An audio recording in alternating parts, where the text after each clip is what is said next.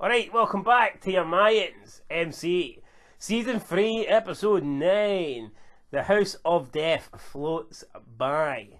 And the death floated by for a few people in this episode.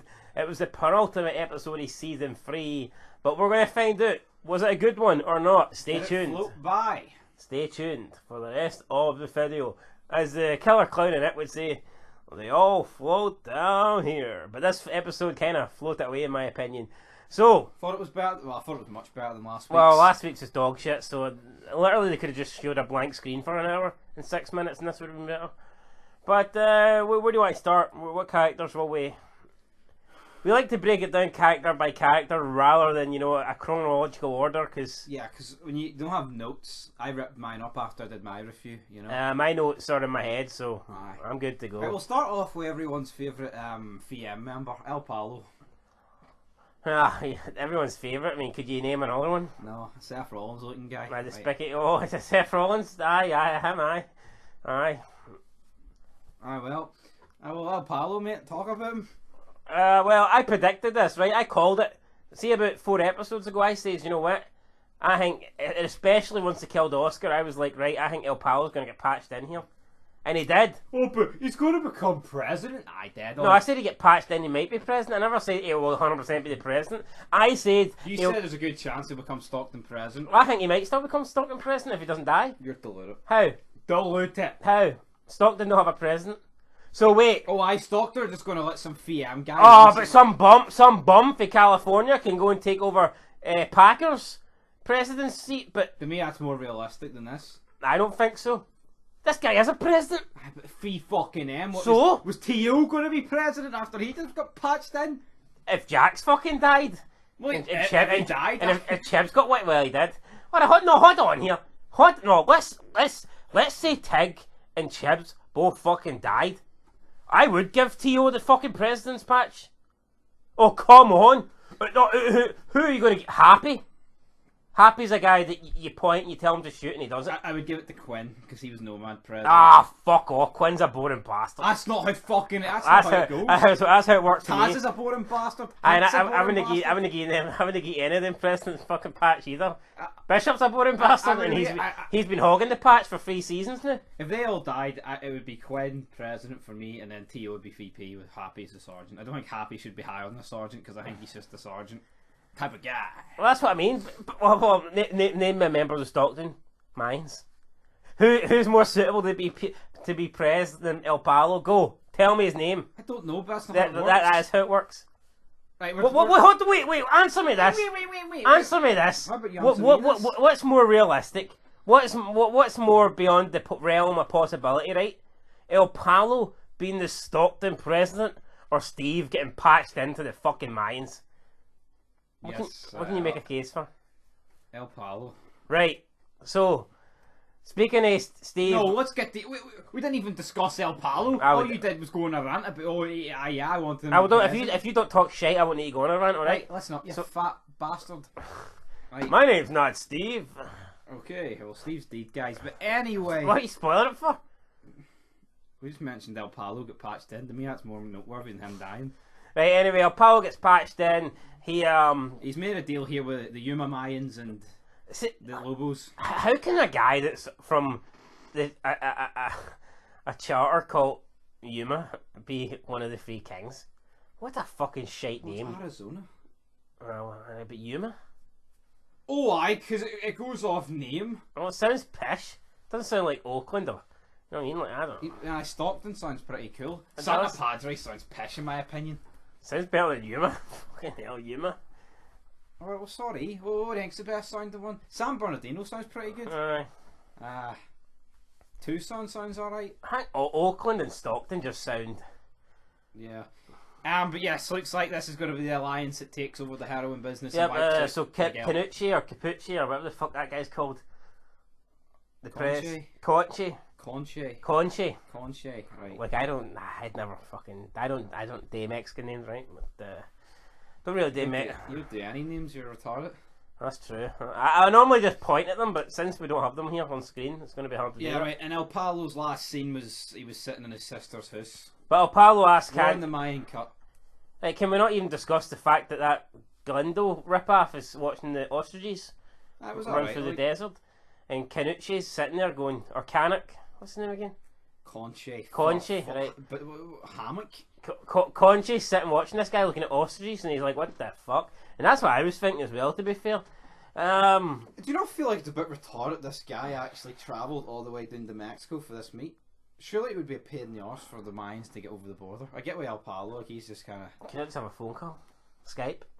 My Zoom call. No, how pish. I mean, how much better or pisher would that have been like? If it was a But Zoom have call? they actually explained their plan?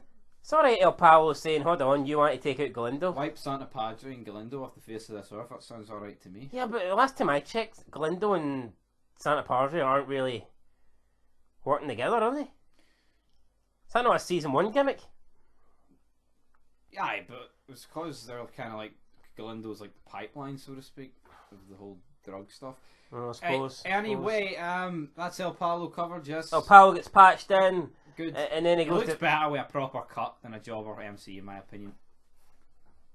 See, so the VM must be a Puppet club? a feeder club. Feeder, you just the Devil's Tribe weren't a fucking feeder club. They just got patched over. That's how shit happens. No, see that? Who's the guy that played the guy that looks like Chavo? Martinez. Aye, what about him? It's the club that It's he's no Martinez. It's fucking. That's his name. Walking Dead. It's, Pablo Caesar. Caesar. Hector. See Hector's club? Is that not the equivalent of what El Palo is? Yes, but I think they were seen more as a joke. They just seemed jobber. I don't know. I think the fact they were in Mexico, the FEM, they kind of seemed more of a bigger deal. Maybe they were like the Mayans of Mexico. I don't know. Yeah. Okay. Right. Right. Well, I guess that is true though, because when they're sitting down with the Mayans, like they don't really make it seem as if you're a wee jobber team and we're a big team. True. Right.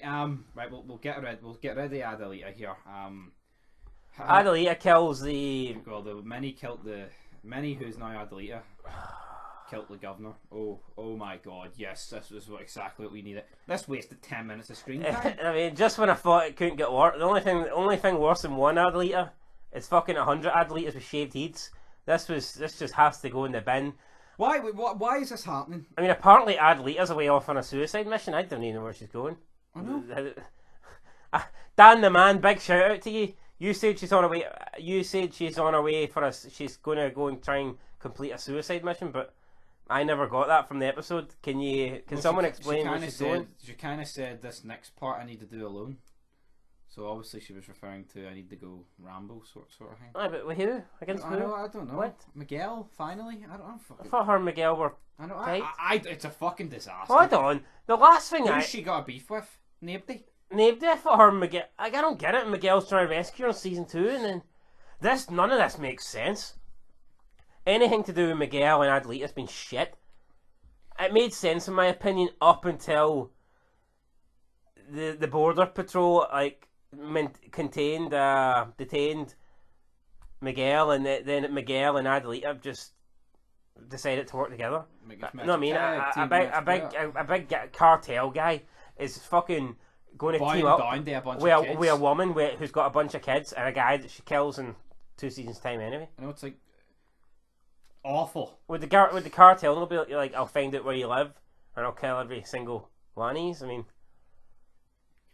I know, that's why I don't like it. And Sons, Galindo, they were fucking to be feared with.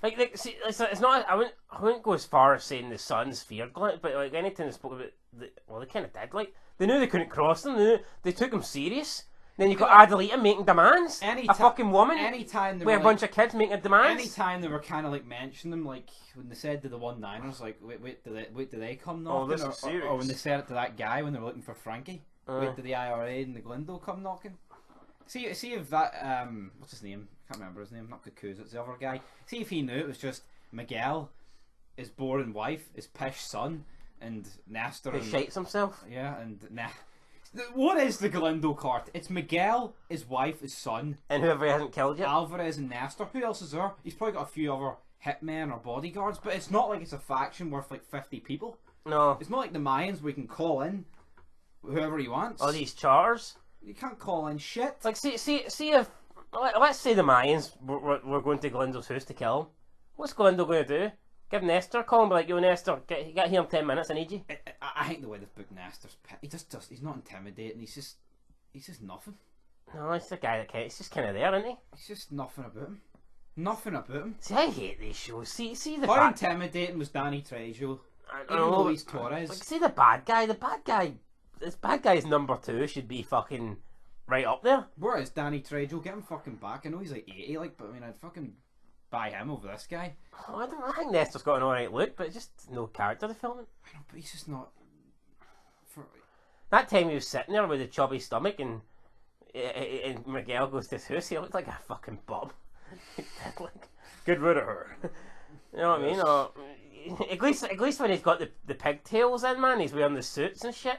And he's got the straps on, he kind of looks like, oh, bit of a badass here. I just feel like if Lobo and Conche and El Palo... See if they turn up to Galindo's house and they just see fucking Galindo there with his baby in his arms and then fucking Nestor with a gun beside Galindo. I mean, what are they going to... How much better would it be like if you've got like Danny Trejo and Luis Torres defending his house with like assault rifles?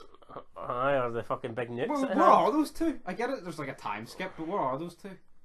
Well, I don't think Danny Trejo can afford a time skip, or he'll probably be dead because he's fucking ancient, but yeah. I know, but should that not have been explained? Or do you think maybe when his dad died, they kind of just went away? Nah, maybe they just... But anyway, who are we going to next? We'll go to Chucky next. Wait, could it be fair to say that the Galindo cartel, most of them are in Mexico, no? Could be. And that's where he's going when we see him getting the chopper for the promo next week? Could be, right. We'll get the Miguel in a minute. Yeah, it could be, right. Anyway, Chucky, he gets mentioned. He's in Ohio. Yeah, Awful. Apparently he met the woman of his life, woman of his dreams, and he moved away in the space of season 2 to season 3. Could they not come up with something better? And that's what confuses me. If Steve's been a prospect for 4 months, hasn't known Chucky, how big of a time skip have we had here between seasons 2 and 3? How long has El Palo been running about like a windy licker? How long is Charmin going to wait the phone about Tommy and now Montez? Exactly. The time skip, mate. And you could tell it was a time skip because Bishop... Did you not say when we first watched it, you thought the time skip was like 2 weeks? Yes. But then it's obviously a lot longer than 2 weeks. You're right. If Steve didn't know... If Steve's never met Chucky... And Steve's been here for 4 months, it's at least like 4 months in a week. Or... Aye, hold on, he's been a prospect for 4 months. How do you know Steve hasn't been kicking around? But at minimum, it's 4 months. At minimum. So why has there not been any? Where the fuck's Tommy? I think it's a race thing. I genuinely think Kurt Sutter, when he's left and he's pushing these identity politics, I genuinely think he's right. We need to get all these white guys after the show. Potter, get rid of him. Chucky, get rid of him. Me, I'm white, get rid of me. And the fact is, I mean, Sutter, you can be a big lefty if you want, but your writing's superior to this. What I will notice is when that Michael Elgin guy is writing the show, Elgin James, when he's producing the shows, his episodes seem to be better. Right, but this is another thing, right? See, when we seen earlier on in this season, when Montez is talking to El Palo about what's his name, Tommy, right? Why would Montez come to El Palo after 4 months? I don't know, but I'll be honest. No, but listen, why it's a forgettable name, so don't blame me for. Right, but why would he come to him after 4 months of a time skip to talk about Tommy and not like a week or a couple of days? You get me? Yeah. It makes no fucking sense. I still can't go over the writing for fucking Montez's plan. I'm gonna come down here and. It's as if it was like the attitude there, and they went, "I just go at fire for the hip, big man." Yeah, I'm gonna patch in and watch over them. He makes it as if the San Bernardino clubhouse is next door to Santa Padre and you can just peek in with his binoculars.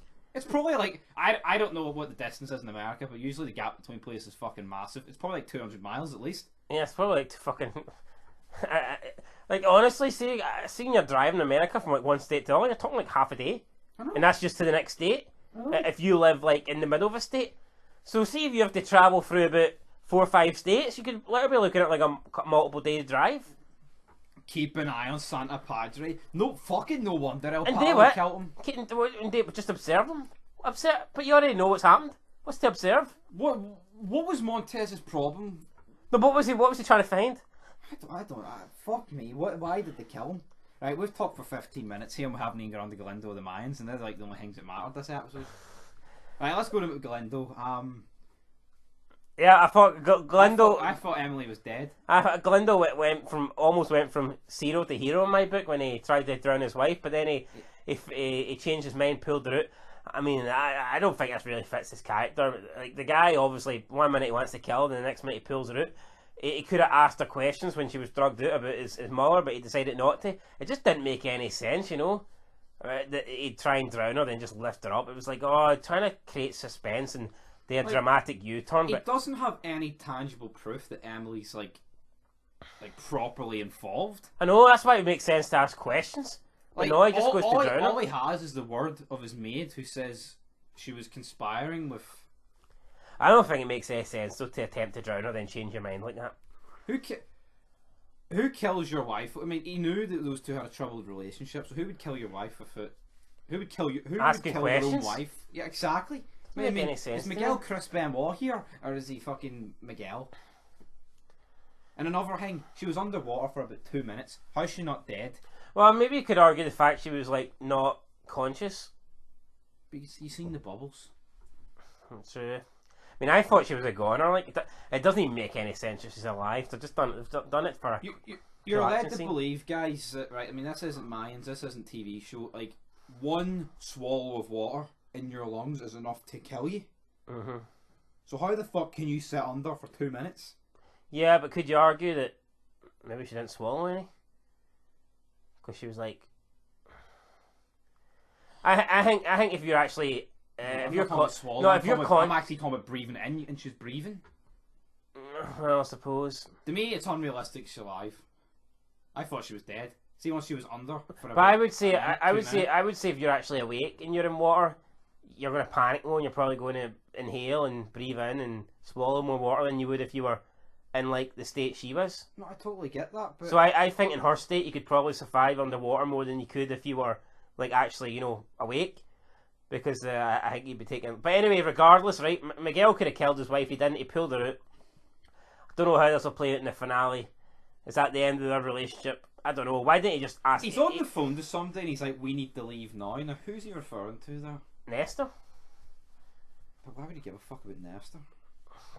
Surely his relationship with Emily's at the Wendy's. So he did say that's his brother. That's a lot of shit. Although I'm sure that other guy that he killed a couple of episodes ago, he probably thought him as a brother. Well, mate, Easy and Angel, your brother. Is Alvarez going to shoot him down with the RPG at the end? We can only hope. So not Emily fell out with her sister. Her sister could have had the chance to take the Bodman out the checkbook, decided against it. She buggered off. Just never really, in one of those scenes really appealed to me. Didn't really enjoy her sister in it. Yeah, I mean, kind of reminded me a wee bit of Cherry from Sons of Anarchy. Yeah. Or Five. I mean, not bad. I mean, I guess her sister wasn't bad, but it's just every time you seen her sister, it was involved with Emily. Yeah. And see to me, see Gabby, she's probably not the most interesting character ever, but it's like every time you see Gabby, she's involved with Easy. Well, sometimes it's fucking Reyes and you want to kill yourself. Yes, but more often than not, it's Easy. So it's like, I think if you're paired, if your character's like average, but they're in a relationship with a good character, then it's going to make that character seem better. Yeah, like Filthy Phil being paired with a mixing bowl didn't help him. Yeah, if Filthy Phil was always doing runs with Tig, he'd have maybe got over better, you know what I mean? But it's like, fuck me, anytime you seen Emily's sister, the only person she was in scenes with was Emily. So that was enough for me to want to turn off the TV, but... the hour of screen time she got this season could have been given to someone that matters. Yeah. Like El Palo. He disappeared for fucking 5 But episodes. I don't think her sister's going. I'd be surprised. It's fucking shoddy booking. Like, if that's just her going, if she's not going to maybe try and... Maybe Miguel will try and get Emily to leave with him and she'll be there and try and convince her not to. I don't know, but if she doesn't appear again... I mean, what was the point? Like, literally, what was the Emily know in her drugged out state that Miguel tried to kill her? Who knows, right? Is there anything else to cover with Emily? Miguel and Emily's sister, whose name I cannot remember. Erin. Oh well, glad you know, because I don't. Right, anyway, let's move on to the Mayans. No one else to cover, is there? I think let's talk about Alvarez first. Oh, yes, big Alvarez. Yeah, so Alvarez gets called out to the desert, isolated situation here. You see him getting out his truck, his car, he's fixing his gun in his holster, so he's obviously expecting something to go down here. He's trying to hide it for Glenda, but I mean, you can fucking tell. The wind's blowing and his his tuxedo or whatever, his suit's kind of flapping over the joint. You can see he's got a gun there, so I don't get it. He's speaking to Glendo, and then it's like Alvarez. It was really weird. Like he had a button that was like loose, and he literally took a minute, and you couldn't tell whether he was reaching for the gun or whether he was trying to tie his button. And the whole time, fucking Nestor's staring at him. Yeah, this was weird, actually. It was like, you're expecting a gunfight or something, and he just fixes his button. It's like, what the hell? And Nestor's like, sorry. I thought maybe Nestor's going to pull out a gun or something. Should have told him. Then, so what was Nestor's excuse not to tell him? Nestor was afraid? Yeah. So Nestor never jobbed in Miguel, Alvarez. Aye. Nestor wasn't like, yo, Miguel, Alvarez told us not to. And yeah, basically Miguel's like, I've always not trusted your loyalties, Marcus. Will you kill a Mayan, they say. Will you kill Easy, I say. And we didn't even get an answer for Alvarez. I mean, I don't think he will. But would Alvarez not be like, yo, if you want me to kill a Mayan, you better... I actually like the fact they went into the why he killed his son and all. He was like, I've always been about club and business before family, but now I'm not like that. I know, a fucking guy killed his son. There's a lot of Chris Benoit potentials in this show. I think, cause see the fact Miguel's made that Down syndrome kid an orphan by killing his. I think he'll. I'm not saying he'll team up with Easy, but I think he'll go against Miguel and maybe attempt to kill him. Stockton needs a new president. Fucking get him back in. Step in, Marcus Alvarez. I'm right, get him back in. But then again, that means Alvarez is going against Santa Padre, doesn't it? Although guys, I think I think he could be gone. I think it's 50-50. Yeah, we will do death predictions later in the week. But we did make one last week, but I feel like this episode's kind of just changed what's going to happen. Well, I think some people's went from being like I don't think they're going to die to you're fucking dead next episode. So Hank, Gabby, there's no way Gabby doesn't die. Yeah. I see if I had to bet my life on something. See if you gave me the Felipe's not connected enough. See if you gave me the option to have any Mayan die, and I could anyone wins it, or Gabby. I would pick Gabby. I would say there's more chance of Gabby dying than any Mayan dying. I mean, Santa Padre Mayan dying. Yeah. I just don't know. But anyway, let's get on to the club. Right, so we have... Hold on, what, anything to cover with Nestor, or just the dodgy way he looked at Alvarez and went sorry? He did fuck all, mate. No, but he was staring awkwardly at Alvarez while Alvarez was fixing his button, while also tickling his gun. It was like, weird. Was that really worthy you interrupting me? Right, let's move on to the club business. Right, we've got Bishop talking to Abora in the porch, like, oh, we've got this plan coming tomorrow. Conche's going to be dead by sundown tomorrow. Before we talk about that though, why did Minnie kill that person? Can you explain to me? I don't know, right? I'm 23 minutes in here, and I don't want to go back to Adelita. No, I just don't get any. I don't get Adelita's story. Like, I don't understand why they killed that person. Are they not working together for a Greater Mexico? But see, I'll be real, right? None of that shit's interested me. And it's not even it doesn't interest. I just don't get it. I honestly do not get it. See everyone in that room? They could have all died, and nothing would have changed. But I don't get that story arc. There's not often I'm watching a show where I don't get a story arc. Well, see, she that governor had sided with Lobo Sonora. That guy said earlier on the episode. So, but why does she give a shit? Why does Adelita give a shit about that? How would she even know of that connection? She wouldn't even know of it. One of her many Adelitas must have told her. Who gives a fuck? Let's move on to the real boys, the Mayans. Before we know, I talk about the ex-Mayan and his daughter first, and the druggies. Okay, we're going to get to him at the folk. Meth Mountain. We'll get to him at the folk. Right, okay. Right, Bishop Ibarra, right, we're going to kill Concha tomorrow, so that's what the finale's all about. El Palo's going to come in riding a fucking Harley. Right? I just still don't get how all these other Mayans are coming to Bishop and bowing down and kissing his ass and saying that you're the true king, when out of the three kings, Bishop was the one in the wrong. He betrayed the other two. Well, no, yes, but from my point of view, it's kind of, well, he's keeping that Tucson charter alive, and his own charter obviously going to back him. But should they not have all had a sit-down rather than this killing each other? Should not have went like. Well, they kind of did have the meeting on the bridge, and they were like, "You got to pay double the shipment." He's like, "Hell no, fuck no." Anyway, you think you can do it without Santa Padre? Sit down on your booster seat, you little bastard. Right, Viva la raza! Fucking frog splash off the top of the bridge. Right, anyway. My child seat. Aye, Easy's released for jail. I lie, I cheat, I snort cocaine. What was the abuse of him getting sentenced? I mean, what did I say? He's going to get released within 2 minutes of the episode, and he did. I know, I don't get. It served fuck all for me. No, I don't get. See if you violently attack someone like that, do you get out? I don't really know how the justice system works. Like, do you just get out the next day? I don't know. I don't really care. Because he legit barred those two, then he fucking decks Gabby, and it's like, is that enough? Well, does she's pressing charges? No, but are those two not like army officials or something? Or no, they were just two young white boys. No, I think they were army officials. Well, I think if they were army officials, he wouldn't be it. Now they're in a bigger deal made out of it, right? Anyway, yep, they return to the clubhouse. Steve talks to him about, I can't get it out of my head, Easy. And he's like, you gotta lock it in, Steve. Lock it in. Not the best advice he's ever given. But no. Anyway, then Easy goes. Angel apologises for his actions. Angel's, one minute he's a dick, the next minute he seems alright. Like, I'm sick of it. He's just, he's like Rick Grimes with the heel and face turns. I know. Because he's not a predominant main character, you don't really notice it as much. Like, but I think you do. It's every fucking. But he's not a dictator like Rick. Fuck me. No, he's not a dictator, but his mood just boom, boom, boom, boom, boom. Anyway, Easy goes to visit Gabby. Gabby doesn't want anything to do with him. Says that she loves him, but she's going to Lodi to go to her school, and if he loves her, she will let him go. But no, I don't get. She's on about the club's a dark place.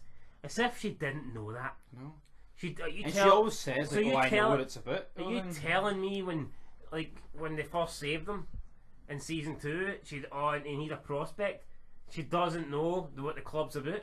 What's worse, right? Him getting shot in the car, right, by another mine, where she knows, right, there's going to have to be, she's going to know there's some form of retaliation there. He's literally been shot in your arms, you nugget. Yeah, that, if anything, if she walked away after that, you could kind of understand it.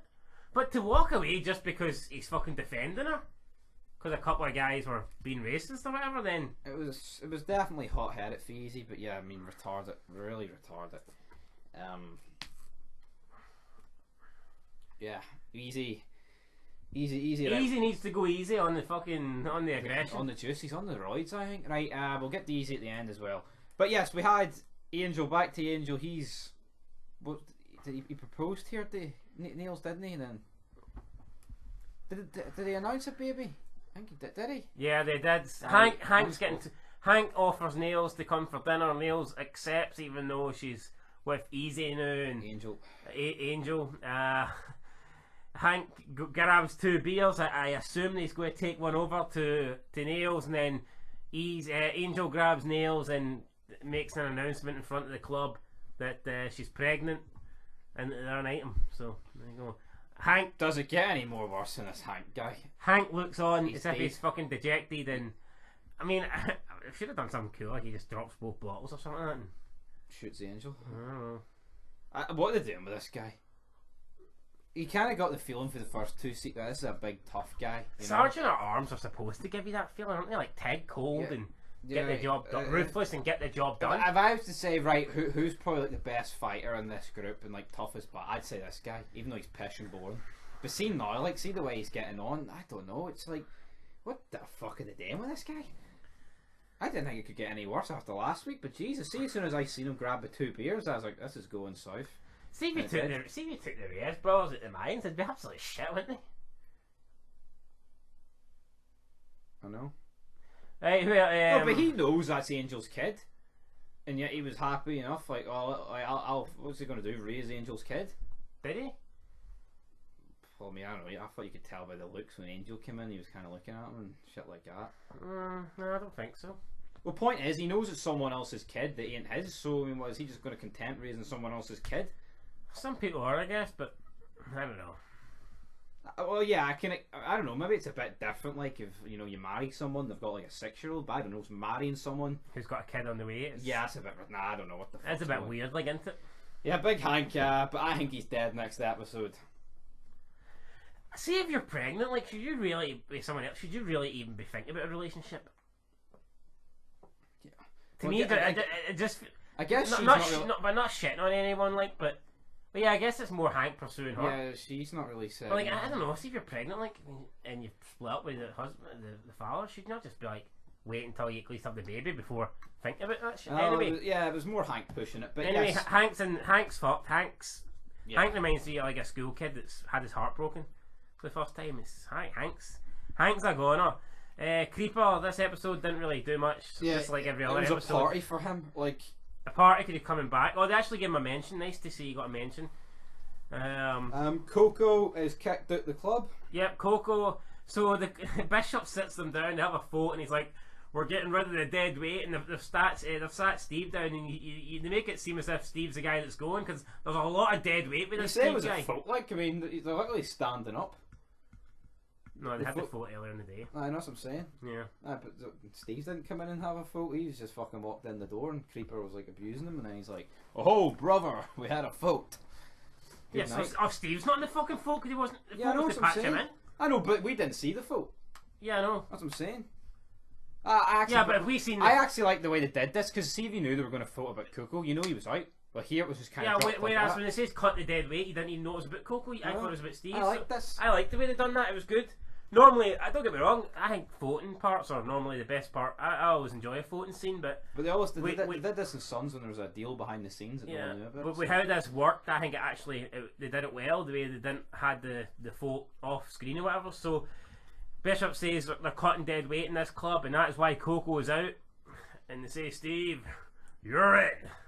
So Steve's the new member of the Mayans. He's patched in. They put his patches on his cut. And then Steve, he looked depressed, didn't he? Like he did not seem happy. Did not like Bishop's story. It's sad because he spoke this season about how all he wants is to be part of the club, and now he gets to be made part of the club, and it's like he's realizing, it's set in the realization that maybe this just isn't for him. You know, sad. See, he was sitting at a window. Could they not have did something like? Could they not have used like? Could this not have been a good time for the Stockton or the Yuma Mines to strike back here with some form of attack? I actually don't mind the guy killing him. Well, I mean, I know it sounds. Yeah, but before I actually thought this was a good scene. But I feel like, when are these guys going to strike back? Why are they waiting until the Santa Padre make the first move?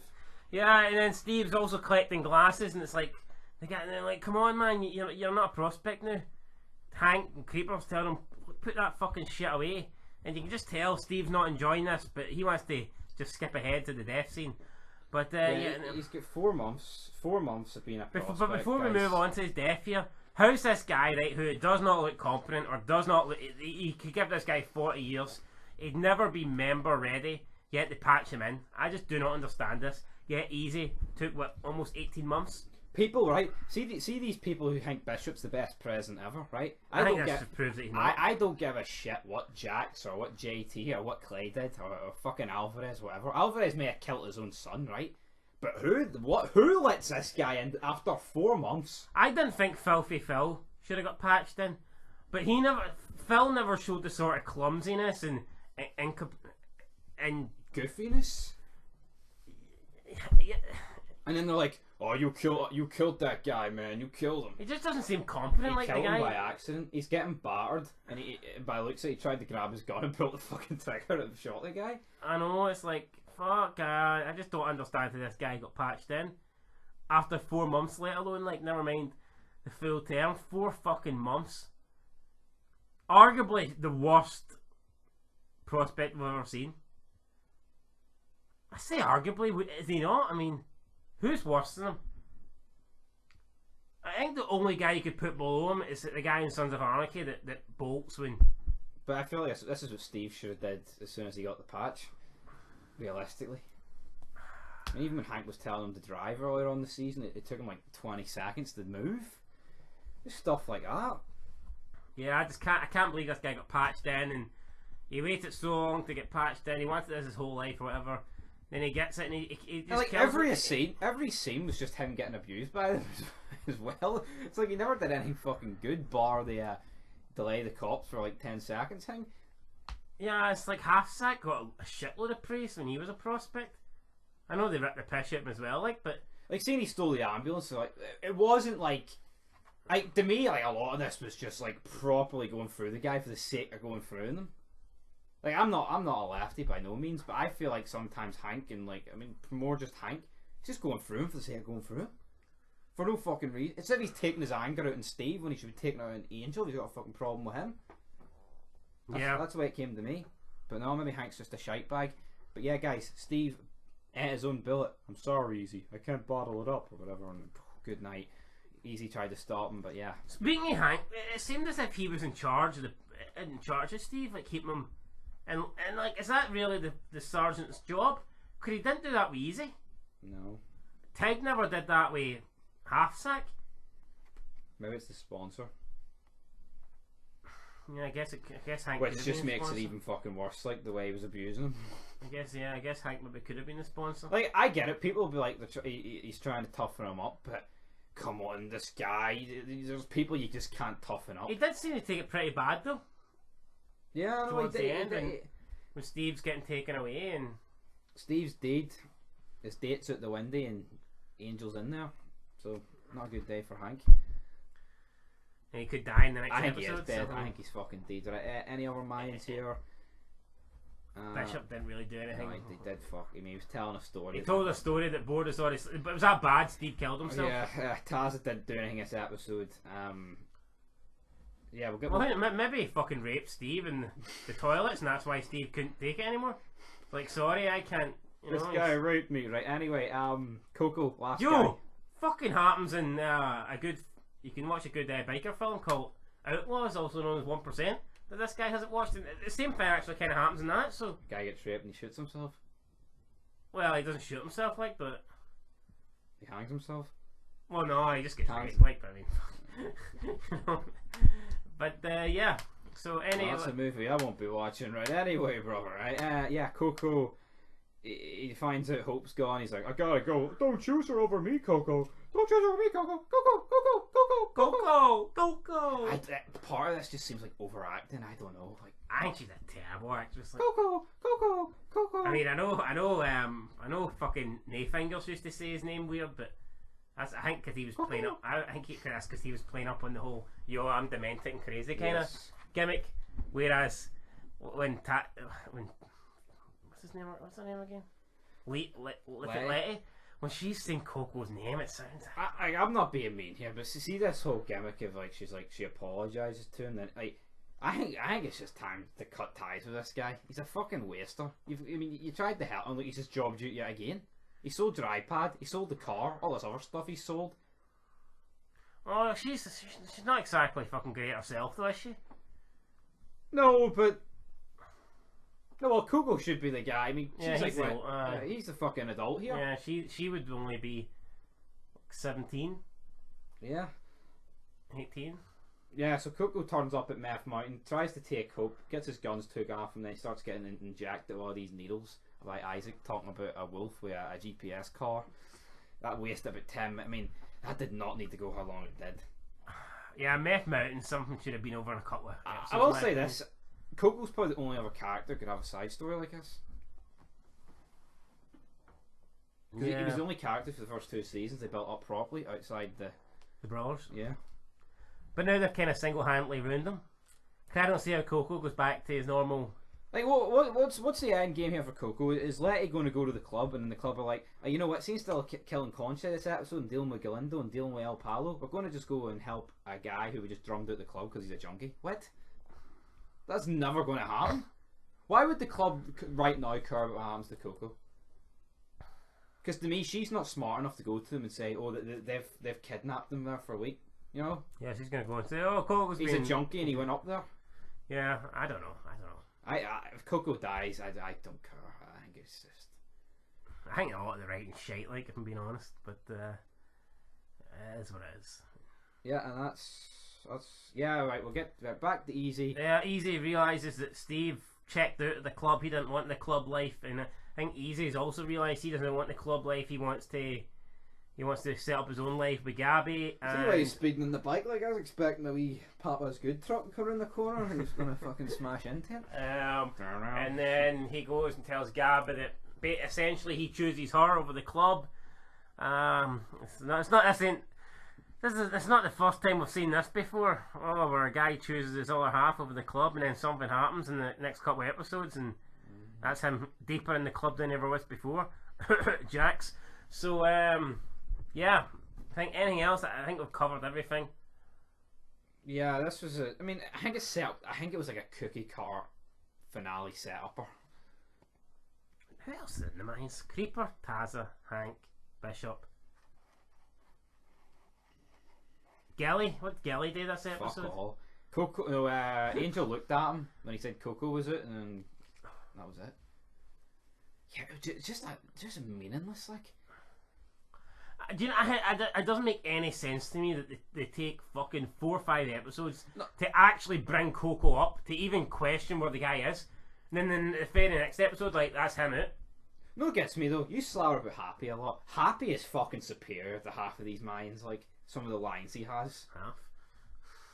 All of them, probably. No, but do you know how you compare Happy to these lot? Yeah, probably am. He's gotta die, like a lot. I mean, all stuff like that. Yeah. I mean, what the fuck? Better than anything Gilly's ever seen. Gilly in his middle-aged attire. Fucking checkered I mean, shirt, Happy gets shot in the head and didn't even fucking sell it. To me, that's worthy of something. You think Duke Clay's tattoos? I mean, is that not worthy of something? That's more relevant than he was eating Chinese with Henry Ling's uncle while he was watching the cartoon. And he's laughing his teeth off.